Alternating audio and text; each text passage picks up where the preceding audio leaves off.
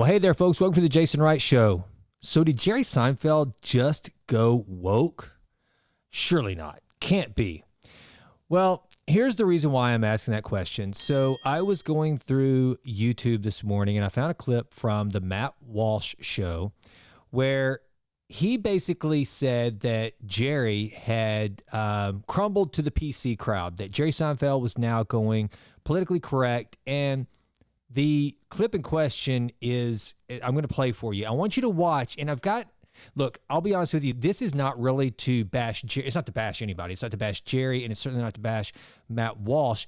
I think, though, there's more to this story than what Matt understands. And Matt wouldn't understand this unless he were just a really diehard Seinfeld fan, which, as you can see from the clip, he's not. He said that he thought that the Seinfeld TV series was overrated and that Jerry hasn't done anything good since. Well, I beg to differ. That I do disagree with Matt on that point, in that I think Jerry's done a lot of good things since Seinfeld. His stand-up act has continued. Yes, he still does the same jokes that he was doing 40 years ago, but they still land. They're still great.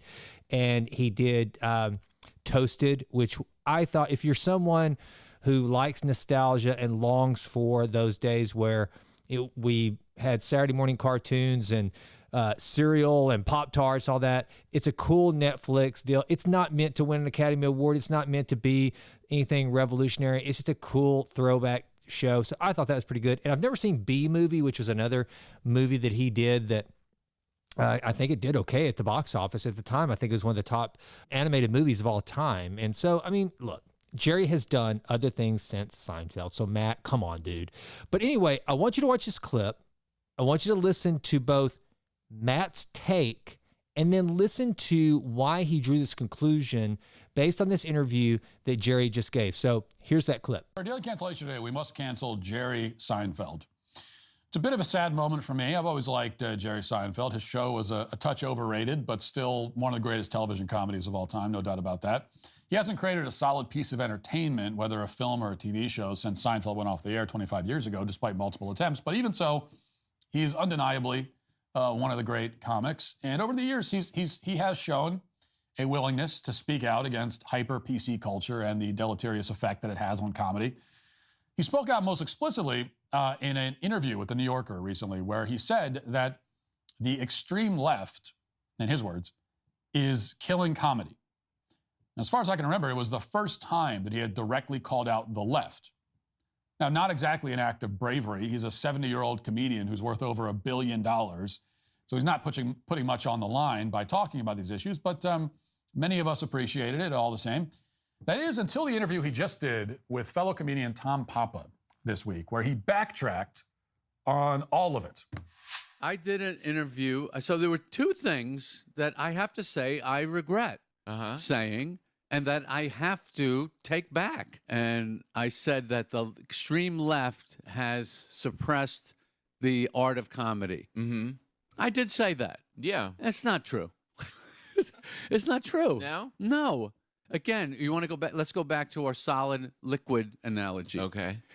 And the other thing that I have said about this, if you're Lindsey Vonn, if you're a champion skier, you can put the gates anywhere you want on the mountain. She's going to make the gate. Right. That's comedy. Mm-hmm. Whatever the culture is, we make the gate. Mm-hmm. You don't make the gate, you're out of the game. The game is, where is the gate? How do I make the gate and get down the hill in the way I want to? So does culture change? And are there things I used to say that I can't say, that everybody's always moving? Yeah, but that's the biggest, easiest target.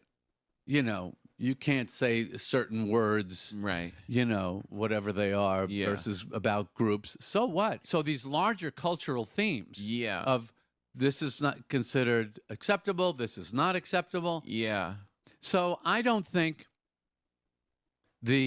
as I said, the extreme left has done anything to inhibit the art of comedy. Right. I'm taking that back now officially. Gotcha. They have not. Right.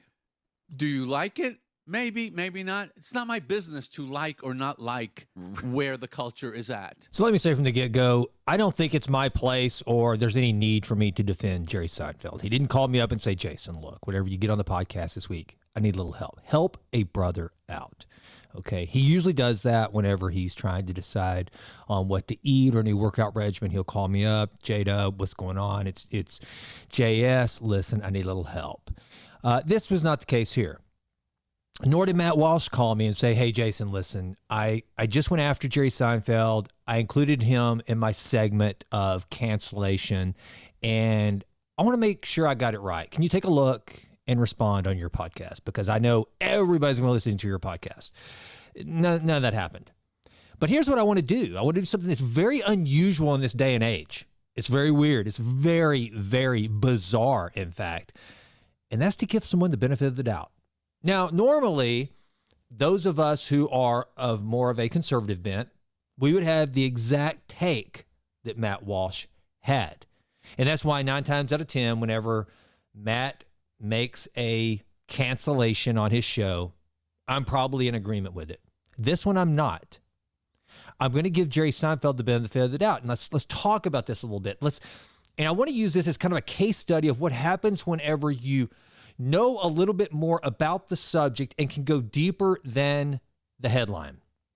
So the headline to this would be Jerry Seinfeld says he retracts everything he ever said about the left making comedy impossible in 2024. Okay. So that's the headline. Well, and for those of us who agree to some degree that, yes, the far left and those who are a part of the woke culture have definitely made comedy harder. They have definitely abrogated some of the satire that we once enjoyed from the culture. It's gone. Will Ferrell. Will Ferrell's out there doing a documentary with his transgender friend celebrating how that's his thing now and how he wished he had never dressed as Janet Reno. So we're never going to see Will Ferrell doing another skit where he dresses up like a woman. That's gone. The far left has eliminated that. Okay. But here's something I know about Jerry Seinfeld. Here's how you go behind or go a little bit deeper into the subject matter at hand. I happen to know because of other interviews I've watched, because I'm a diehard Jerry Seinfeld fan. I've seen him twice live. I was a huge fan of the show.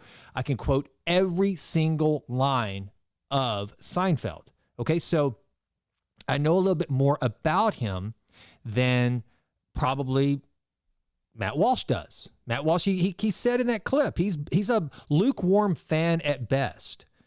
What I know about Jerry Seinfeld is this. Jerry Seinfeld of late, probably the last couple of years, has started studying Stoicism to a great degree. And that's what this is about. See, you thought I was going to come on here with some sort of cultural slamming of Jerry Seinfeld or Matt Walsh or something like that. I'm not.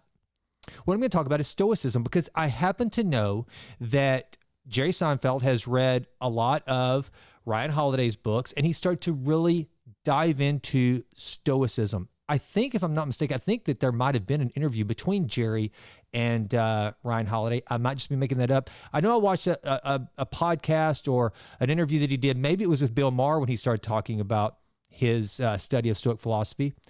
But here's what I think that Jerry has concluded as a result of that. And again, this is my assumption. Jerry may listen. I might get a call from Seinfeld tonight. Seinfeld may call me up and go, hey, guy, I don't need you defending me. You got it all wrong. No, I'm just decided I am going to up my lefty game. You got it wrong. I'm all in on political correctness. I'm all in on wokeness. So thanks, but we didn't need your help. That may happen. So if it does, okay, my bad. But here's what I think happened. I think what Jerry Seinfeld is saying is that comedy is still here. The art form is still here. The rules have just changed. And if he were, and this is the way I processed it, if Jerry Seinfeld were to concede that the left has ruined comedy, then what that would mean is that the rules that apply now, if Jerry were back in New York starting out as a 19-year-old in the clubs, he wouldn't be able to be a comedian. He has to either say that I can make it, I'm such a good comedian, I'm still a good comedic artist, and I can make it no matter what they do. Just like what he's making the reference of the downhill skier. No matter what obstacles they put in her place, she's going to make the gate. She's going to do it. It's not about just, no, the gate has to be placed where I say it is. It has to be allowed there. I have to be allowed to go this course. And if not, I'm out. I can't do it. See, Jerry would have to admit that he, as an artist, was no longer a good enough artist to compete with the landscape for comedy as it is today. And he refused to do that. He's like, no, wait a minute. I am a comedian, and no matter how much they change the rules, I'm going to find funny in it. I'm going to find funny, and I'm going to find funny that I am able to deliver. And I think this is a result of his stoic behavior, because that is exactly, at a very macro level, that is the essence of stoicism. It's not what happens to you. It's not how they change comedy. It's not how people get offended these days more than they once did, which they most certainly do. It's how you, or in Jerry's case, as a comedian, reacts to the change. And I don't think that he's willing to concede that if the rules that exist today had existed whenever he was starting out, then he wouldn't be able to be a comedian. He'd have to go get his first real job, which he always jokes about. He's never had a real job. He's never had a job. And I think that's the essence of it. And I think as far as Matt Walsh is concerned, he just saw someone in his mind siding with the PC crowd, the woke crowd, and giving them an inch, in which case they will take a mile. And we're so used to seeing this. We're so used to seeing the celebrities that they kind of dip their toe into standing up on principle and what's right. And Jerry had done a lot of that with the Israeli-Palestine issue. He really took center stage for a while. He was heckled at shows because he stood up for Israel. There's a famous clip of him where he's being interviewed in a bar, and the guy kind of knocks him about diversity in his show, that it's mostly predominantly white people on his show. And Jerry takes issue with him. He said, I hate this. I hate talking about this crap. He's like, and he once said, whenever they were getting ready to make the show, one of the NBC executives said, it's just too New York and Jewish. And Jerry's like, well, I'm a New York Jew. What am I going to do? He just laughed at it. And so I think that, not knowing all of that history or seeing all that history that Jerry has displayed in the past, I can see how someone like Matt Walsh, who thought the modern day king of comedy was kind of like on the right track of standing up against the Leviathan that is the woke mob and the PC culture, has now folded and crumbled. I don't think that at all.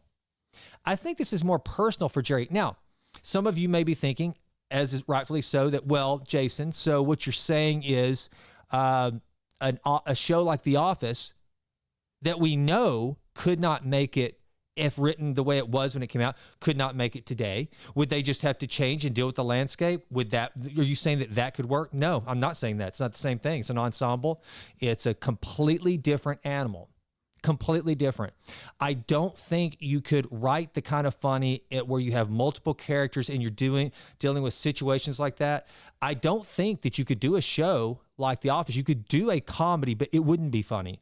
But as an individual, as someone like an individual artist like Jerry Seinfeld, where his job is to write jokes and to create commentary on everyday life, then yeah, I think as an individual artist, you can.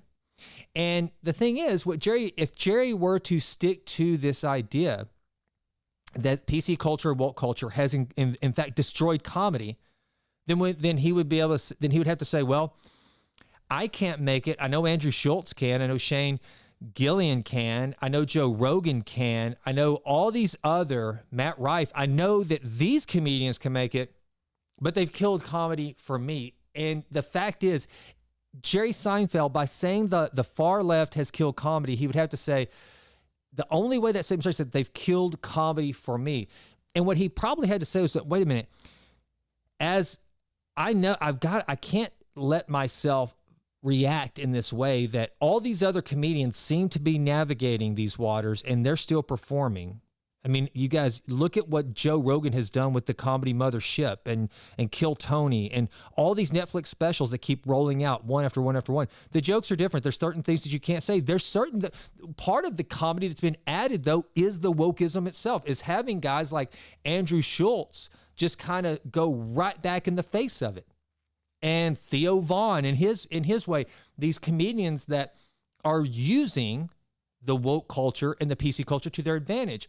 To which, if Jerry Seinfeld said the far left killed comedy, he would have to say they've killed the full art form, that it can't exist. The bottom line is, this comes down to Jerry Seinfeld not wanting to surrender as an artist. That's my take on it.